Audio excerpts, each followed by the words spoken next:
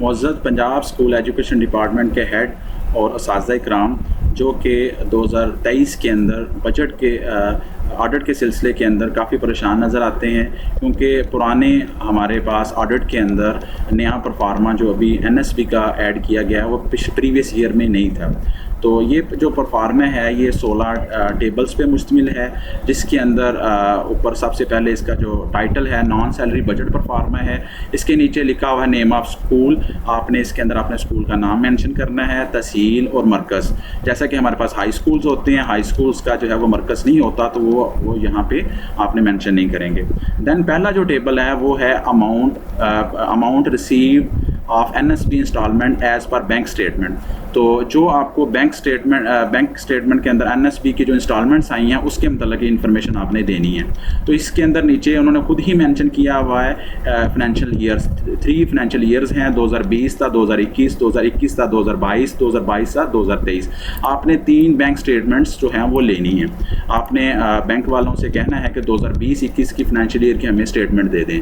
वो आपको अगर 2020-21 की बात करें तो वो आपको 1/7/2020 से लेकर 30/6/2021 तक की एक बैंक स्टेटमेंट दे देगा। उसमें से आपने देख लेना है कि आपकी फ़र्स्ट इंस्टॉलमेंट कितनी आई है। सपोज़ करें आपकी कुछ बैंक जो है वो फर्स्ट इंस्टॉलमेंट इतनी आई है 58,626, और इसी तरीके से दूसरी जितनी आपकी अमाउंट आई है वो आपने मेंशन कर लेनी है 49,326। इसी तरीके से थर्ड इंस्टॉलमेंट आपने मेंशन कर लेनी है 48,853। मोस्टली हमारे पास 3 इंस्टॉलमेंट्स ही आती हैं। अगर किसी स्कूल को 4 इंस्टॉलमेंट आई है तो वो इसके अंदर एंटर कर लेगा। मोस्टली जो हमारे पास इंसाफ आफ्टरनून स्कूल्स हैं इनको 4 इंस्टॉलमेंट भी आई है, तो वो अपनी मेंशन कर लें। अगर किसी के पास नहीं है तो वो यहाँ पे कुछ भी मेंशन नहीं करेगा। तो लाइक अगर यहाँ पे कोई आई है तो मैं एंटर कर देता हूँ। देन आपने ये जो वर्टिकली है इसके अंदर टेबल के अंदर टोटल अमाउंट के अंदर आपने बताना है कि इस 2020-21 की टोटल अमाउंट कितनी है। तो इन चारों को आपने प्लस कर लेना है, जो टोटल बनती है 171, मेरे केस के अंदर 733। तो इसी तरीके से आपने इसको मुकम्मल कर लेना, इस लाइन को मुकम्मल कर लेंगे। देन आपने 2021 और 22 का जो है रिकॉर्ड मेंशन करना है इसी तरीके से सेम एज इट इज़, और 2022 और 23 का भी इसी तरीके से आपने एंटर कर देना है। जब ये आप एंटर कर लेंगे, जैसा कि मैं फ़र्ज़ी तौर पे यहाँ पे एंटर कर देता हूँ 432600 46 486 46 491 574 453 5500 62 666 104 500 148 081 और 370 247। जब ये आप कर लें तीनों ईयर्स की तो इनका टोटल भी बोला गया है। तो आपने इन जो वर्टिकल लाइंस है टोटल अमाउंट रिसीव्ड, इसका टोटल यहाँ पे आपने मेंशन कर देना है। तो इसका टोटल इतना बनता है, ये मैंने खुद किया हुआ है अपने स्कूल का, तो वो मैं मेंशन कर रहा हूँ। देन जो टेबल नंबर 2 है हमारे पास, ये छोटा सा कॉलम है आगे, एनएसबी अमाउंट एंड एक्सपेंडिचर्स। जो एनएसबी अमाउंट कितनी है वो आपने बतानी है, और इसका कहाँ पे आप कितने एक्सपेंडिचर्स आपने किए हैं उसके मतलब बताना है। तो यहाँ पे भी 3 ईयर्स हैं, क्योंकि 2021, 22 और 23 का ईयर्स की बात हुई है ऊपर वाले टेबल के अंदर, और यहाँ पे भी यही होगी। हमारे जितने भी 16 कॉलम्स हैं इनके अंदर 2020, 21, 22 और 22-23 की बात होगी। तो जो हमने यहाँ पे ऊपर का किया है, यहाँ पे अगर आप इसको सॉफ्ट फॉर्म में किया है तो आपने सेम एज इट इज़ यहाँ से कॉपी कर लेना है, ये वाला टेबल इसको करके, और यहाँ पे आपने पेस्ट कर देना है, या आप राइट कर सकते हैं। तो ये मैंने, अगर आपके पास आपने इसको प्रिंट निकाला हुआ है तो आप हाथ के साथ इसको लिख लेंगे। आगे लिखा हुआ है टोटल एक्सपेंडिचर्स, तो आपने 2020-21 के कितने एक्सपेंडिचर्स किए हैं वो आपने एंटर करने हैं। ये आपको पता होगा, आपको इस चीज़ के मतलब इल्म होगा कि ये हमने जो टैब के ऊपर SIS है उसके ऊपर ये एक्सपेंडिचर्स हमने अपनी इंस्टॉलमेंट भी ऐड की हुई हैं और एक्सपेंडिचर्स भी ऐड की हुई हैं। आप वहाँ से भी हेल्प ले सकते हैं। अगर आपके पास स्टेटमेंट्स नहीं भी हैं तो आपने SIS के जो है पोर्टल से भी आप ले सकते हैं। तो मैंने ये अपने पास लिख के रखी हुई हैं 171 733, ये आपने लिख लेना है टोटल एक्सपेंडिचर, फिर उनका बैलेंस कितना बाकी बचा है। तो ये डेफिनेटली ये देखें 171,733 है, तो बैलेंस हमारे पास नील आ जाएगा, तो आप नील लिख देंगे। आगे अगर हमारे पास यही है अमाउंट, टोटल अमाउंट ये है और हमने इतना ही खर्च कर दिया है, तो आप वो लिख देंगे। यानी कि पहले वाले कॉलम को टोटल एनएसपी अमाउंट रिसीव में से टोटल एक्सपेंडिचर माइनस कर देंगे, तो वो नेक्स्ट जो आ जाएगा हमारे पास बैलेंस आ जाएगा। तो ये भी हमने पूरे का पूरा यूज़ कर चुके हैं, तो वो भी नील आ जाएगा। आगे 22-23 का यही इसके अंदर आपके पास जो है वो अमाउंट वेरी कर सकती है, ऊपर वाले के अंदर सेम ही होगी। ये थोड़ा सा ज़हन में रखिएगा कि मोस्टली स्कूल्स में क्या होता है कि अगर कोई काम स्टार्ट किया हो तो वो उनके पास पैसे ना भी हों तो टीचर्स अपने पास से लगा लेते हैं, लगाने के बाद जब आते हैं पैसे तो फिर स्कूल से ले लेते हैं। तो आपने जो आपके पास अमाउंट आई है उसका ही हिसाब देना, ये नहीं करना कि आपके पास 3 लाख रुपया आया है और आपने 5 लाख लगा दिया और आपने यहाँ पे एक्सपेंडिचर में 5 लाख नहीं लिखना। जितने आपको पैसे आए हैं आपने उतने ही मेंशन करने हैं, ये क्लियर रहे। यहाँ पे हमारा जो आंसर है वो माइनस में नहीं आना चाहिए। तो ये हमारे स्कूल के अंदर हमने इतना यूज़ कर चुके हैं 290,418। तो हमारा जो बकिया है यानी कि इसमें से, इस कॉलम में से हमने इसमें से इसको माइनस कर देंगे, तो हमारे पास ये अमाउंट आ जाएगी। ये मैंने कैलकुलेट करके रखी हुई है, ये 79,828 आ जाएगी। देन ये लास्ट वाला कॉलम है जो लास्ट पे है टोटल हमने ऊपर वाले का तो टोटल किया हुआ है, नीचे वाले अब ये टोटल एक्सपेंडिचर्स का जो है इनका हम टोटल कर लेंगे, यानी ये 3 कॉलम्स का टोटल करके यहाँ पे नीचे लिख देंगे। तो ये बन जाएगा 1036604। देन बैलेंस जो है अमाउंट, बैलेंस अमाउंट के अंदर ऊपर वाले तो दोनों नील हैं, तो नीचे वाले क्या आ जाएंगे 79,828 आ जाएगा। इस तरीके से हमारा ये टेबल नंबर 2 भी कंप्लीट हो जाएगा। ये हमने स्लोली इसको बड़े अच्छे तरीके से ध्यान से करना है, कटिंग नहीं होनी चाहिए, क्योंकि ऑडिट टीम ने इसको वेरीफाई करना है, चेक करना है, इसके बेस के ऊपर ही आपका ऑडिट होगा। आगे हमारा टेबल नंबर 3 है जिसमें लिखा हुआ है please provide the breakup of NSP expenditure. तो ये आपने बताना है इसमें कि आपने आपके जो एनएसपी का एक्सपेंडिचर्स हुए हैं, जिस तरह की उसकी डिटेल आपने ऊपर प्रोवाइड कर चुके हैं, वो आपने बतानी है कि उनको किन किन चीज़ों के अंदर आप किन किन चीज़ों में खर्च किया है, उसके मतलब बताना है। तो यहाँ पे भी हमारे पास 3 ईयर्स हैं, क्योंकि हमने 3 साल का ऑडिट करवाना है, तो उन तीनों ईयर्स की बात हो रही है, वो आपने ईयर वाइज जो है करना है। ये नहीं करना 21 के आप सारे कर लें, फिर उसके बाद जो है अगला परचेज ऑफ फर्नीचर के सारे कर लें, तो आपने इस तरीके से नहीं करना, आपने ईयर वाइज ही करना है। 2020-21 की हम अगर बात करते हैं तो आपने बताना है यूटिलिटी एक्सपेंस, आपने यूटिलिटी एक्सपेंस किए हैं, यानी कि electricity, telephone, gas, water pump के लिए जो भी चीज़ें आपने लगाई हैं, जो आपने बिल दिए हैं गवर्नमेंट को, वो आपने डिटेल मेंशन करनी है। जैसा कि हमने 51,805 जो है वो इसमें 2020-21 के अंदर इलेक्ट्रिसिटी में खर्च किए हैं।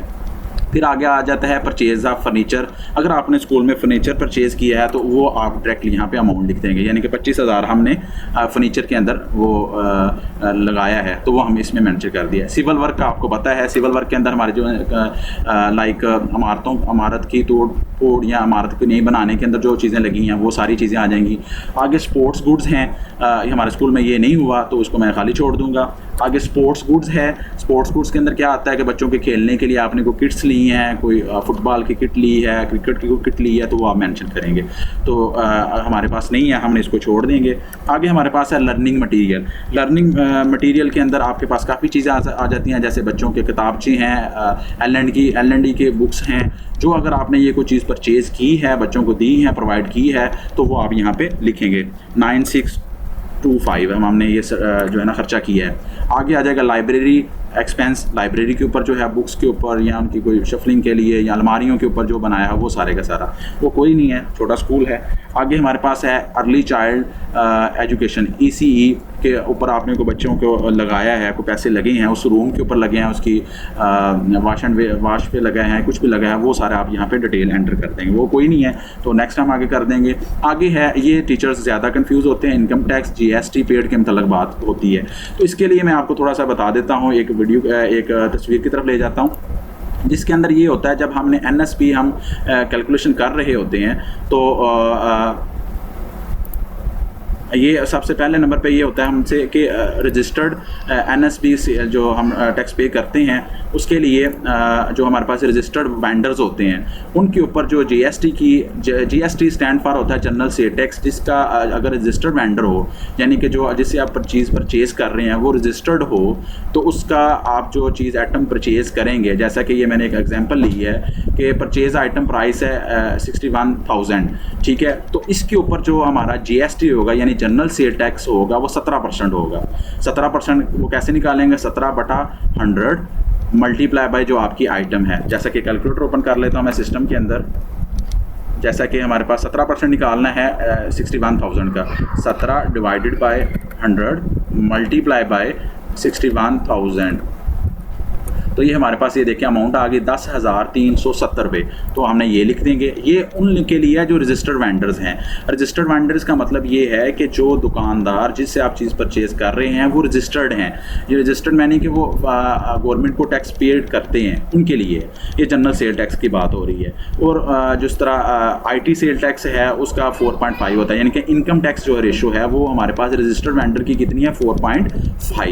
4.5 का भी इसी तरीके से है 4.5 divided by 100 multiply by purchase item. जैसा कि हमारे पास ये है एक परचेज आइटम है, इसका 4.5% निकालना है। 4.5 डिवाइडेड बाय 100 मल्टीप्लाई बाय 71,370। तो ये देखें 3211 हमारे पास अमाउंट आ जाएगी। 11 है तो आपको पता है पॉइंट के बाद जो है 6 हो तो उसको पिछली वाली अमाउंट जो है वो वैल्यू बड़ी हो जाती है, तो 3212 आ जाएगा।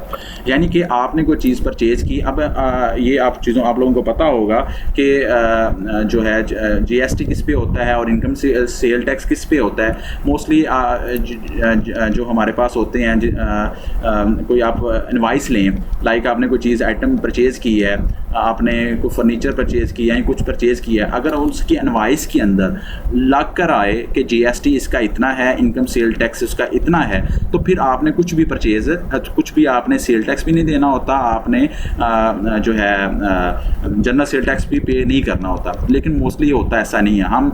हमने कोई चीज़ परचेज़ की है, हमने फर्नीचर परचेज़ की है, तो हमें वो यकमुश्त हमारे जो पाकिस्तान के अंदर सिस्टम ये है कि हमें वो यकमुश्त बता देता है कि ये आपकी इनवाइस इतनी बनी है, इतनी कुर्सियाँ थी, इतने टेबल से, तो टोटल अमाउंट बता देता है। यानी कि इस एग्जांपल के अंदर जैसा कि मैंने 61,000 लिया है, तो हमें क्या करते हैं वो वेंडर्स जो होते हैं वो हमें 61,000 का बिल बना के दे देते हैं। जो हमारे पास ये जो 61,000 वाले होते हैं ये नॉन रजिस्टर्ड ही होते हैं। मोस्टली हमारे पास जितने भी कंपनीज़ होती हैं ये नॉन रजिस्टर्ड ही होती हैं। अगर तो रजिस्टर्ड वाली हूँ तो फिर आपने क्या करना है, फिर आपने 18% देना है। नॉन रजिस्टर्ड हों तो उनके लिए 18% है, रजिस्टर्ड हों तो उनके लिए 17% है।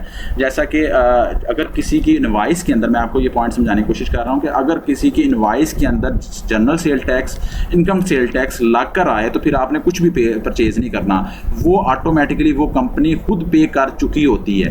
ठीक है, 17% और इनकम सेल टैक्स वो परचेज कर चुकी होती है। लेकिन हमारे केस के अंदर मोस्टली यही होता है कि नॉन रजिस्टर्ड जो होते हैं वेंडर्स होते हैं, वो हमें उनकी 18% देनी पड़ती है जनरल सेल टैक्स और 5% इनकम सेल टैक्स देना पड़ता है। ठीक है, अगर आपने इस परफार्मे के अंदर दोबारा चले जाते हैं, इतनी बड़ी अमाउंट वाली बात नहीं है इसमें, कि अगर आपने कोई जो है इनकम सेल टैक्स दिया है या आपने GST general sale tax paid किया है, तो इस साल के अंदर तो आप बता देंगे। जैसा कि हमने 40 रुपये पे किए थे, वो पे कैसे करते हैं, लाइक अगर आपने कोई टैब ले लिया, सपोज करें स्कूल के अंदर टैब्स हम लेते हैं, तो हमें कंपनी की तरफ से इनवाइस के अंदर जो है अगर हम बिल लें मोबाइल शॉप से लें तो वो हमें इनकम सेल टैक्स या जो होता है GST वो हमें निकाल के नहीं देते। इनवाइस के अंदर लिखा कुछ भी नहीं होता, वो जस्ट लिखा होता है इतनी है और ये आपको बिल थमा देते हैं। तो आपने क्या करना है, उसका जितने का आपने टैब लिया है आपका, क्योंकि वो अनरजिस्टर्ड हैं, तो आपका जो है वो GST है जनरल सेल टैक्स है वो 18% होगा। यानी 18/100 मल्टीप्लाई बाय जितने का आपने टैब लिया, 15 का लिया, 20 का लिया, वो आप लिख लेंगे। वो अमाउंट जो है वो आप अलहदा से एक आपके पास अमाउंट लिख लें भी। फिर उसके बाद आपने उसका जो है इनकम सेल टैक्स भी देना है, वो 5% है, 5 डिवाइडेड बाय 100 मल्टीप्लाई बाय जितने का आपने टैबलेट लिया है, तो वो आपके पास आ जाएगा इसका GST सॉरी इनकम टैक्स आ जाएगा। इन दोनों को आपने क्या करना है, आपने चले जाना है नेशनल बैंक के अंदर, आपने बताना है कि जी हमारा इस साल का इतना जो है हमारा जो है इनकम टैक्स बना है और इतना GST बना है। वो क्या करते हैं, वो FBR की वेबसाइट से आप खुद भी परचेज कर सकते हैं, चालान बना के देंगे, वो आपने बैंक में NBP के बैंक के अंदर आपने पे कर देने होते हैं और उसकी रसीद भी अपने पास रखनी होती है। तो हमने 40 रुपये पे किया है तो हमने 40 लिख देंगे, अगर आपने कोई टैक्सेस पे किए हैं तो उसकी अमाउंट आ जाएगी। और इसी तरह इस साल के टोटल एक्सपेंडिचर्स जो हो जाएंगे वो आपने लिख देने हैं, यानी कि ये सारे utility bill, purchase of item, जो आपकी चीज़ें होंगी ये लाइन वाइज पूरी रो वाइज आपने इसके टोटल यहाँ पे मेंशन कर देने। ये हमारे पास बन जाएगा 171,733 आ जाएगा। इसी तरीके से 2021-22 के भी आप इसी तरीके से करेंगे और 22-23 के भी एंटर करेंगे। इसी तरीके से करने के बाद आप टोटल एक्सपेंडिचर्स भी इनके लिखेंगे और इनको हेड वाइज टोटल भी करेंगे, यानी कि आपने यहाँ पे लिखे हैं, मैं एक का करके देता हूँ, 103,914 है। नीचे आपके पास 22-23 का जो है यूटिलिटी बिल आपका हो गया 967,259 है। जब आप इनको कर लेंगे तो नीचे आप इनका टोटल भी कैलकुलेटर के साथ टोटल करके आप यहाँ पे मेंशन मस्ट करेंगे। नेक्स्ट हमारे पास टेबल आ जाता है, table number 4, detail of GST, income tax and PST। ये पंजाब सेल टैक्स है, ये भी है होता है। ये अगर ये भी आपने पे किया है, आपने जिस तरह यहाँ पे मेंशन किया है कि हमने 40, पहले तो हमने टोटल अमाउंट बता दी है ना कि इतने आपने इनकम सेल टैक्स और GST आपने टोटल इतना दिया है। अब आपने उनको फर्दर डिवाइड किया गया है, यानी कि 40 रुपये हैं, 40 रुपये में आपने अगर GST सपोज करें 30 रुपये दिया है, इनकम टैक्स आपका 10 रुपये बना है, तो आपने इनको डिवाइड करके लिखना है। अगर आपने पंजाब सेल टैक्स कुछ भी नहीं दिया तो आप इसको नील रख दें और टोटल आपका 40 रुपये आ जाएगा। इसी तरीके से 21-22 का भी होगा और 22-23 का भी आप एंटर करेंगे। नेक्स्ट हमारे पास परफॉर्मा 5 आ जाता है, जिसमें month wise expenditure of electricity bill. तो आपने मंथ वाइज आपने जो इलेक्ट्रिसिटी के बिल हैं वो आपने मेंशन करने हैं। 2020-21 के आपको पता है जुलाई से मैंने आपको बोला था 1/7/2020 से लेकर 30/6/2021 तक जो है वो आपका जो है आपने एक्सपेंडिचर जो है मंथली इलेक्ट्रिसिटी बिल है वो आपने बताना है। यानी जुलाई के अंदर आपको 427 रुपये आए, अगस्त के अंदर 50 आए। इसमें ये भी ज़हन में रखना है कुछ स्कूल FTF से भी बिल पे करते हैं, FTF से भी बिल पे करते हैं, तो वो पूछते हैं कि सर हम इसका क्या करें। तो उसमें आपने मेंशन ये करना है, क्योंकि आपने पे तो किया है, आपने 50 रुपये पे किए हैं या 500 रुपया पे किया है, जितना भी पे किया है वो आप लिखेंगे।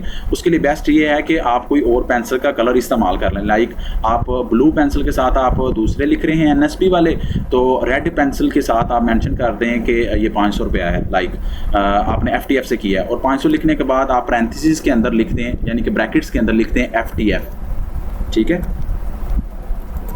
तो आप इस तरीके से लिख सकते हैं। इस तरीके से आपने तमाम जो है मंथ्स का जो है 2020-21 का ये सारा फिल करेंगे। इस तरीके से 21-22 का भी आप चार्ट फिल करेंगे और 22-23 का भी फिल करेंगे। ये सिंपल सी बात है, आप इसको कर लेंगे। नेक्स्ट हमारे पास आ जाता है 6 नंबर पर, detail of expenditure more than 10,000। अगर इसमें ये कहा गया, इसमें थोड़ा सा और जो है हमारे एक्सपेंडिचर्स को थोड़ा सा क्लियर किया गया है, जिसके अंदर ये कहा गया है कि अगर कोई आपके एक्सपेंडिचर जो है मोर देन 10,000 हैं तो आपने क्या करना है, नॉट इंक्लूडेड, इसमें कोई क्या चीज़ इंक्लूड नहीं होगी, यूटिलिटी एक्सपेंसेस नहीं होंगे, इलेक्ट्रिसिटी, टेलीफोन, गैस, वाटर, यानी कि बिल्स जो है इसमें शामिल नहीं होंगे। तो उसमें आपने क्या करना होगा, आपने बताना होगा उन एक्सपेंडिचर्स की अमाउंट बतानी है जो 10,000 से ज़्यादा हैं। और अगर आपके attach the copy of the bill all expenditure more than 75,000, अगर कोई आपका 75,000 से बिल, एक बिल की बात हो रही है, ज़्यादा बिल्स की नहीं, ज़्यादा बिल तो 75 से ज़्यादा हो सकते हैं, एक बिल अगर आपका 10,000 से ज़्यादा है तो वो आप यहाँ पे मेंशन करेंगे। और अगर 75,000 से ज़्यादा है तो वो भी आप उसका आप हार्ड फॉर्म में प्रूफ भी देंगे। आपने ये ज़हन में रखना है, ऑर्डर टीम के लिए आपकी आसानी के लिए है कि आप ऐसा करें, 2-3 फाइल्स ले लें, सिंपल फाइल्स ले लें, फाइल कवर्स ले लें, उसके ऊपर लिख लें 2020-21, 21-22, 22-23 अलग-अलग। जिस तरह ये हमारे पास 6 नंबर पे अभी हमें पिछले वाले कॉलम्स के अंदर जो है उन्होंने कोई अटैचमेंट नहीं मांगी, सॉरी ऊपर मांगी है GST वाली के अंदर कि GST income tax Punjab sale tax का जो है ना उसकी अटैचमेंट भी करनी है। तो आपने क्या करना है, पहले नंबर पे हर 3 फाइल्स आपके पास होंगी, तो आपने साल वाइज उनको, अगर 20-21 की फ़ाइल है तो उसके अंदर आपने GST का या इनकम सेल टैक्स का जो अगर आपने पे किया वो आप रख दें।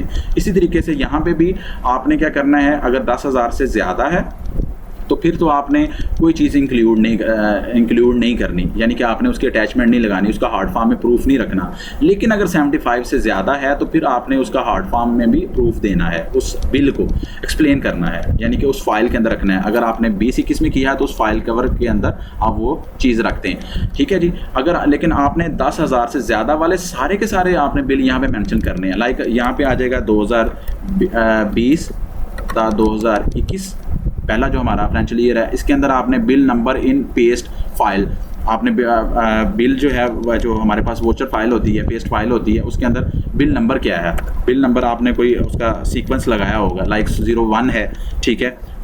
तो किस डेट को है, डेट भी आप मेंशन करेंगे, ब्रैकेट्स में लिख दें ये डेट है, सपोज करें 10/11/2020, ठीक है, आपने वो मेंशन कर दी। उसके बाद अमाउंट ऑफ बिल क्या है, अमाउंट ऑफ बिल कितनी है, क्योंकि 10,000 से ज़्यादा होनी चाहिए, सपोज करें 17,620 रुपये हैं। आगे आपने उसको एक्सप्लेन करना है इसमें क्या करवाया है, लाइक आपने पेंट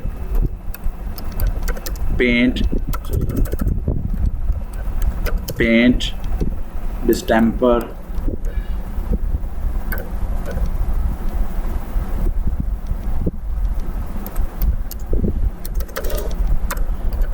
है, ठीक है, या कितनी क्या सारी उसके मतलब आपने एक्सप्लेन कर देना है। आगे आपने जीएसटी सेल टैक्स के अंदर कितना पे किया है उसका आपने बता देना है। लाइक अगर आपने कुछ भी नहीं पे किया तो नील कर दें। पेमेंट मोड मेड कैश और थ्रू चेक, अगर आपने किस तरीके से इसकी पेमेंट क्लियर की है, चेक के थ्रू की है, वैसे तो होता है चेक के थ्रू करें, लेकिन मोस्टली हम चेक के थ्रू नहीं करते। अगर आपने कैश दिया है तो आप यहाँ पे कैश लिख देंगे, आपने मोड बता देना, हाथ से लिख लें। इसी तरीके से आपने जितने भी हैं आपने पहले आपने 20-21 के सारी डिटेल्स लिखनी है, फिर आपने 21-22 की सारी डिटेल लिखनी है सीक्वेंस के साथ, फिर उसी तरह 22 और 23 की आपने सीक्वेंस वाइज डिटेल बतानी है। इस तरह आपका ये परफार्मा नंबर 6 कंप्लीट हो जाएगा। आगे हमारे पास परफार्मा नंबर टेबल जो है 7 है, पार्ट टाइम टीचर। मोस्टली हमारे स्कूल्स के अंदर जो है वो टीचर्स की कमी होती है, तो उसको पूरा करने के लिए हम पार्ट टाइम टीचर्स रखते हैं, तो वो भी आपने यहाँ पे इस परफार्मे के अंदर पूछे गए हैं। आपने सबसे पहले पूछा गया है नेम ऑफ टीचर, इसमें परमानेंट टीचर्स नहीं आएंगे, जो आपने पार्ट टाइम रखे हैं, कोई भी नर्सरी के लिए, ECE के लिए रखे हैं, कुछ भी उनका नाम लिखेंगे। लाइक हमारे पास किरण है, ठीक है, उनकी डेजिग्नेशन ड्यूरेशन है। ड्यूरेशन के अंदर आप बताएंगे आपने कब से लेकर कब तक रखे हैं, लेकिन सपोज करें 12/8/2021 से हमने 2 कर लें, 2/11/1/2022। ब्रैकेट्स के अंदर आपने जो है वो ठीक है, नंबर ऑफ मंथ आप आगे बोले गए हैं, नंबर ऑफ मंथ वर्क, उसने कितने मंथ किए हैं, 6 मंथ, ठीक है। मंथली सैलरी उसके साथ कितनी आपने बात की, 18,000 की बात हुई है। टोटल सैलरी पेड, तो आपने 6 को 18 के साथ मल्टीप्लाई करेंगे तो वो 81,000 आ जाएगा हमारे पास। इसी तरीके से जितने भी आपके टीचर्स हैं, जितने भी हैं, 2 हैं, 4 हैं, जिस साल आपने माली साल के अंदर किए हैं, अगर 2020-21 में किए हैं तो वो पहले वो आएंगे। ये नहीं होगा कि आप दरमियान वाले को पहले रखते हैं, ऊपर वाले को नीचे रखते हैं। इस तरीके से तरतीब के साथ काम करना है, तब जाके ऑडिट क्लियर हो जाएगा। ये आपका टेबल नंबर 7 भी इस तरीके से कंप्लीट कर लेंगे। इस तरीके से 8वें नंबर पर कंप्यूटर लैब्स के मतलब पूछा गया है। ये आपने मोस्टली प्राइमरी स्कूल्स के अंदर तो होती ही नहीं है लैब्स, एलिमेंट्री कहीं कहीं पे होती है, ये मोस्टली हाई स्कूल्स के लिए है। इसके अंदर ये पूछा गया है अटैच द कंप्यूटर, ये हमने आपने अटैचमेंट भी करनी है इसकी। Attach the copy of computer lab item receive from the supplier, आपने सप्लायर या CO एजुकेशन से आपने कोई किसी की लैब अगर बनी है उसकी आपने लैब के आइटम्स की डिटेल भी पेश करनी है, एंड का स्टॉक रजिस्टर्ड की जो है ना वो कॉपी भी आपने साथ लफ करनी है। डेट ऑफ एस्टेब्लिशमेंट, कब ये एस्टेब्लिश हुई है लैब, नंबर ऑफ़ कंप्यूटर्स कितने हैं, AC कितना है, AC है कि नहीं है, UPS सर्वर है, प्रोजेक्टर है, उसकी इन्फॉर्मेशन आपने देनी है। Detail of equipment not functional, जो इक्विपमेंट फंक्शनल नहीं है, कितने CPU, कितने LCDs फंक्शनल नहीं है, उसके मतलब बतानी है। रीज़न ऑफ नॉन फंक्शनल, क्या वजह बनी है, शॉर्ट सर्किट है या क्या वजह बनी है, जो भी है वो आपने बताना है। ये सारे का सारा कंप्यूटर के रेलिवेंट इन्फॉर्मेशन होगी, सिंपल सी चीज़ें हैं, ये आप कर सकते हैं। आगे लिखा हुआ है have you inform deputy DO, आपने ये नॉन फंक्शनल की डिटेल जो है कि आपने अपने हायर ऑफिसर्स को, डिप्टी DOs को आपने बताया कि नहीं बताया, उसके मतलब बतानी है। अगर आपने yes then write down the inform and attach the copy. अगर आपने इनको बताया होगा तो उसकी कॉपी भी आपने बतानी है, बताना है कि जी हमने हमारे इतने सिस्टम ख़राब हो गए, इतनी एलसीडी ख़राब हो गए। Detail of equipment not available, जो कुछ ऐसी चीज़ें हैं लाइक जो है कोई चीज़ माउस है, कीबोर्ड है, वो गायब हो गया तो वो नॉट अवेलेबल क्यों, उनका बताना है कौन कौन सी हैं, रीज़न ऑफ नॉट अवेलेबल क्या वजह बनी है, चोरी हो गई है, वो जो भी चीज़ें हैं उसके मतलब आपने बताना है। हैव जो इन्फॉर्म डिप्टी डीओ, या क्या आपने जो नॉट अवेलेबल चीज़ें हैं इनके मतलब बताया है। नॉन फंक्शनल के लिए पहले पता पूछा गया, फिर उसके बाद नॉट अवेलेबल चीज़ें हैं उनके मतलब आपने हायर ऑफिसर्स को इन्फॉर्म किया कि नहीं किया। उसकी आपने अगर इन्फॉर्म किया है तो आपने उसके मतलब उसकी कापी जो है लफ करनी है। नेक्स्ट हमारे पास है 9 नंबर पे स्टाफ डिटेल। इसके अंदर काफ़ी टीचर्स को बहाम था, ये सिंपल चीज़ है लेकिन थोड़ा सा इसमें कोई प्रॉब्लम बन रही थी। इसमें लिखा हुआ है please attach the detail of staff for each year 2020, 21, 21, 22 और 22 से। ये तो आपको क्लियर कट पता है कि 3 साल के मतलब इन्फॉर्मेशन मांगी जा रही है।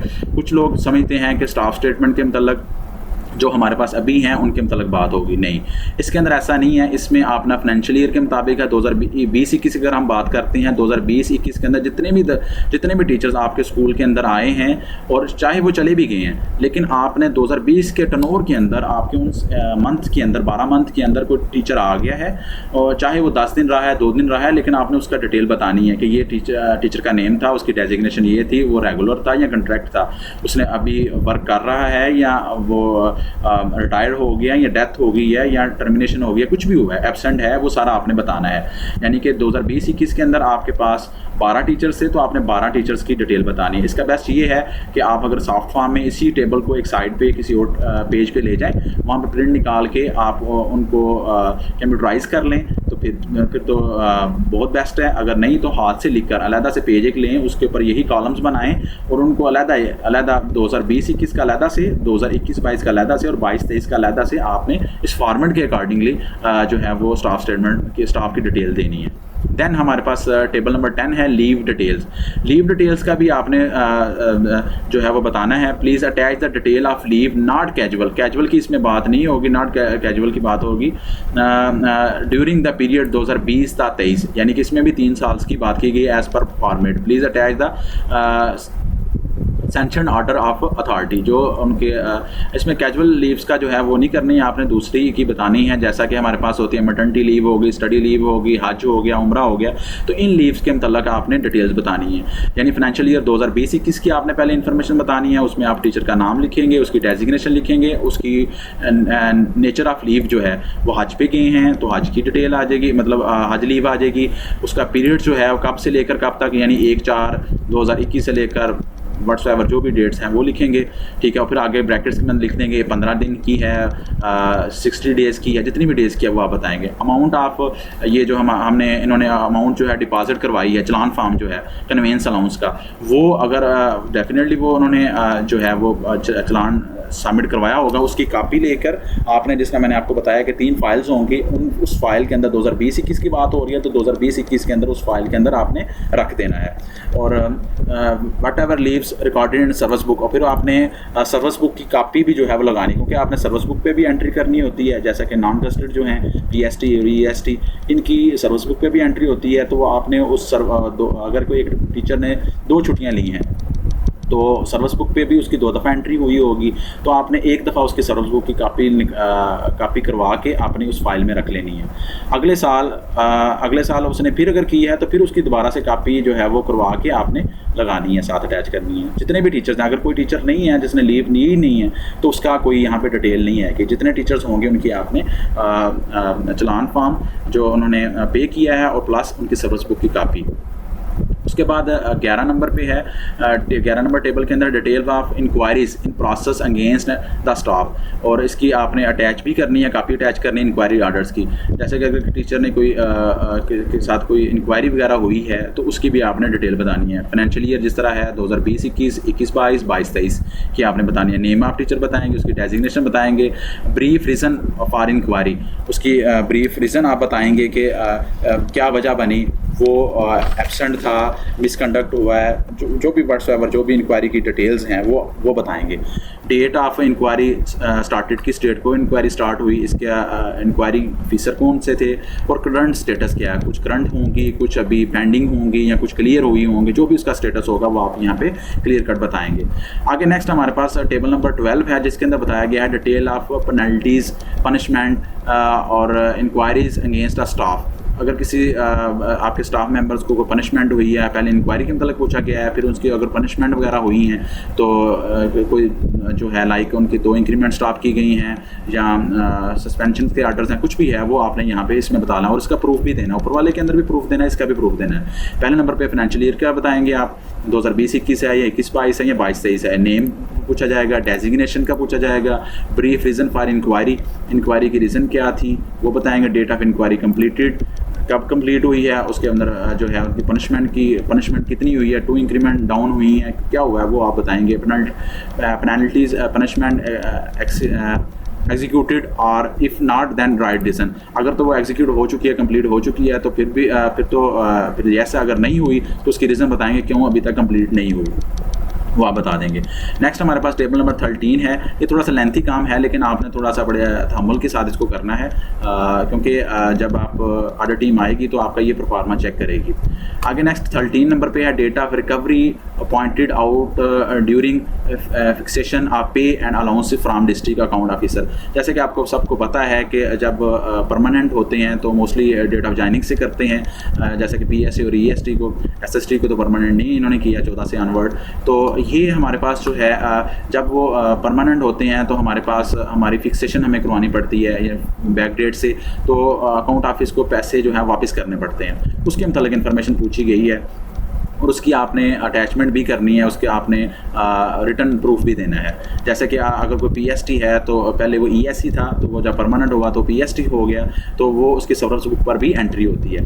तो किस साल, अगर कोई 3 साल की बात होगी, उससे पहले वाले की बात नहीं होगी, 2020-21, 21-22 और 22-23 की अगर नहीं है आपका कोई इस टर्नओवर के अंदर तो कुछ भी डिटेल नहीं आएगी। फाइनेंशियल ईयर 2021-22 आ गया, 20-21 आ गया, नेम ऑफ टीचर आ गया, डेजिग्नेशन उसकी क्या थी, अभी क्या है, PST है, स्केल क्या है 14 है, अमाउंट ऑफ रिकवरी उसने कितनी इस साल के अंदर कितनी अमाउंट पे की है, लाइक उसने 60,000 था वो लिखेंगे, रीज़न ऑफ रिकवरी कि वो उसका परमानेंट हो गया है, रेगुलर हो गया है, वो आप बताएंगे। या कुछ भी है, कुछ सामने कुछ लोगों ने ज़्यादा पैसे ले लिए होते हैं तो उनकी रिकवरियाँ पड़ी होती हैं, वो यहाँ पे हम अमाउंट मेंशन कर देंगे। रीज़न अमाउंट डिपॉजिट, अमाउंट अगर उसने पूरी की पूरी डिपॉजिट कर दिया फिर भी ठीक है, नहीं है डिपॉजिट की तो फिर आप क्या करेंगे, उसका एविडेंस भी देंगे कि इतनी सर्विस बुक के ऊपर जो है ना उसकी एंट्री हुई होती है, तो उसकी सर्विस बुक की जो है वो कापी उस पेज की जहाँ पे रिकवरी का लिखा होता है वो आपने प्रिंट आउट निकाल के वो आपने कापी करवा के वो आप यहाँ पे अटैच करेंगे, उसी फाइल के अंदर रखेंगे अपने फाइनेंशियल ईयर के हिसाब से। नेक्स्ट हमारे पास है 14 जो है टेबल, उसके अंदर बोला गया detail of staff those promoted as EST before 2015। जो इसमें जो EST हैं उनका पूछा गया है जो 2015 से बिफोर, ठीक है, जो प्रमोट हो चुके हैं PST से EST हो चुके हैं, जो EST हो चुके हैं 2015 से पहले के, उनका आपने attach a copy of page of service book where fixation was made after promotion. ये मतलब यानी कि PST थे 2015 से पहले, ये 2015 से पहले वालों की सबकी बात हो रही है, बाद वालों की बात नहीं हो रही कि अगर कोई PST था वो EST हुआ है तो उसकी डिटेल होगी। इसमें आप फाइनेंशियल ईयर मेंशन करेंगे, नेम फिर पूछा जाएगा, नेम आप बताएंगे, आगे उसकी डेजिग्नेशन, फिर प्रमोटेड फ्रॉम स्केल किससे में गया, PST टू EST गया, डेजिग्नेशन उसकी क्या है, उसका प्रमोटेड होने के बाद यानी PST था वो EST हो गया तो EST लिखेंगे, डेट ऑफ प्रमोशन आप मेंशन करेंगे, अथॉरिटी ऑर्डर्स, डेफिनेटली जब PST से EST हुआ है तो उसके ऑर्डर्स की डिटेल यहाँ पे मेंशन करेंगे। नेक्स्ट हमारे पास है टेबल नंबर 15, इसमें पूछा गया detail of all staff promoted. इसमें पहले तो उसमें पूछा गया था 2015 से पहले वाले, ठीक है, अब जो है तमाम स्टाफ की पूछी गई है जो अभी करंट हमारे पास चल रहा है फाइनेंशियल ईयर 2020, 21, 22 और 22-23 के मतलब पूछा जा रहा है कि जो प्रमोट हुए हैं तो उनका सबका आ जाएगा। 2020-21 के अंदर जो कोई अगर स्टाफ मेंबर प्रमोट हुआ है तो उसका नेम, फाइनेंशियल ईयर पहले पूछा गया नेम, डेजिग्नेशन क्या थी, ठीक है। उसके बाद प्रमोटेड होने के बाद क्या है, डेट ऑफ प्रमोशंस किस डेट को हुई और अथॉरिटी के लेटर्स आ जाएंगे। Attach a copy of page of service book where fixation was made after promotion, ये आपने इसके साथ मस्ट अटैच करना। ऊपर वाले के साथ भी यही था कि आपने ऑर्डर्स जो हैं एक तो वो है और दूसरे नंबर पे आपने ये मेंशन करना है कि अथॉरिटी के ऑर्डर्स भी और सर्विस बुक पे एंट्री होने के बाद भी आपने मेंशन करना है। लास्ट हमारे पास जो टेबल है detail of students, detail of students के अंदर आपने फाइनेंशियल ईयर का बोला गया है 2020-21। नेक्स्ट हमारे पास कॉलम है टोटल स्टूडेंट 1 अप्रैल, क्योंकि 1 अप्रैल को इस साल तो हुआ है 2023 के अंदर, तो 1 अप्रैल को ही हुए हैं, तो वो आप तादाद मेंशन कर देंगे। जैसे कि हमारे 2022-23 के अंदर तो 2 अप्रैल को ही स्टार्ट हुआ है, तो वो तो आपने मेंशन कर दिया 199 स्टूडेंट्स।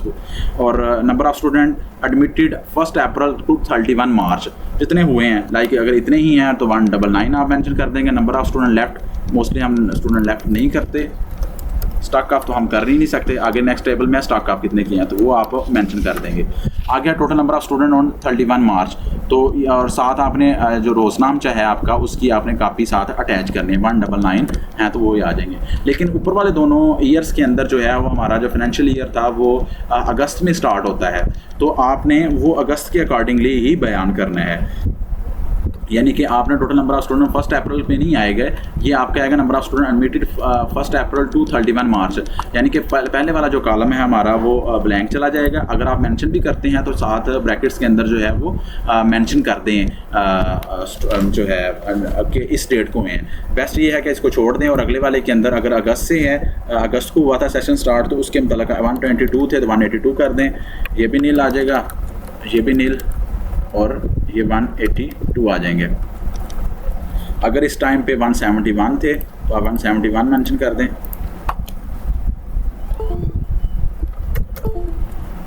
नेल, तो इस तरीके से आपके ये तमाम परफार्मा कंप्लीट हो जाएगा। और लास्ट के ऊपर सॉरी इंस्ट्रक्शंस हैं जिसके अंदर वो आपको जो आपने फ़ाइल कंप्लीट करनी है उसके मतलब बताया गया है। तो जो आपने ऑडिट वाले दिन लेके आना कंप्लीट परफार्मा आपने ये लेके आना। पहले नंबर पे पेस्ट फाइल जिसके ऊपर सारी की सारी रसीदें होती हैं 2020-21, अगर आपके 2 रजिस्टर हैं 3 रजिस्टर हैं वो सारे के सारे आपने वो लेके आने पेस्ट फाइल। दैन क्या है, अटेंडेंस रजिस्टर है जिस तरह वो बताया गया है। अटेंडेंस रजिस्टर जो रोजनामचा है सॉरी अटेंडेंस रजिस्टर स्टाफ का है वो लेके आना है। Service book and personal files आपने लेके आनी है। स्टॉक रजिस्टर्ड के मतलब पूछा गया है वो लेके आना है। कैश बुक है, उसके बाद मिनट्स ऑफ मीटिंग रजिस्टर्ड कार्रवाई रजिस्टर से हम कहते हैं वो आपने लेके आना है। बैंक स्टेटमेंट जो हैं वो आपने लेके आनी है। साथ जो चीज़ें हमने वहाँ पे इस्तेमाल की, टैब परचेज फॉर स्कूल, अगर आपने टैब स्कूल के लिए परचेज़ किया है तो वो लेके आना है। Approval of school council committee periods जो हैं उनका वो भी लेके आना है। दैन आपने हेड जो है वो साइन करेगा, अपने साइन स्टैम्प करेगा, नेम लिखेगा, डेजिग्नेशन लिखेगा, स्टैम्प लगाएगा और साइन करेगा। उसके बाद ये सर्टिफाइड करेगा इसको AEO आपका, अगर प्राइमरी है या एलिमेंट्री स्कूल है तो वो करेगा। दैन जो है वो डिप्टी DOs जो हैं वो इसको काउंटर साइन करेंगे। ठीक है, उम्मीद करता हूँ कि आपको इस वीडियो की समझ आ गई होगी। मैंने काफ़ी हद तक कोशिश की है कि आपको ये जो परफार्मा NSP का बजट परफार्मा ये आपको समझ आ जाए। तो अगर किसी किस्म की अबहाम हो किसी को तो ये कमेंट सेक्शन के अंदर आप क्वेश्चन पूछ सकते हैं। ओके, शुक्रिया, अल्लाह हाफिज़।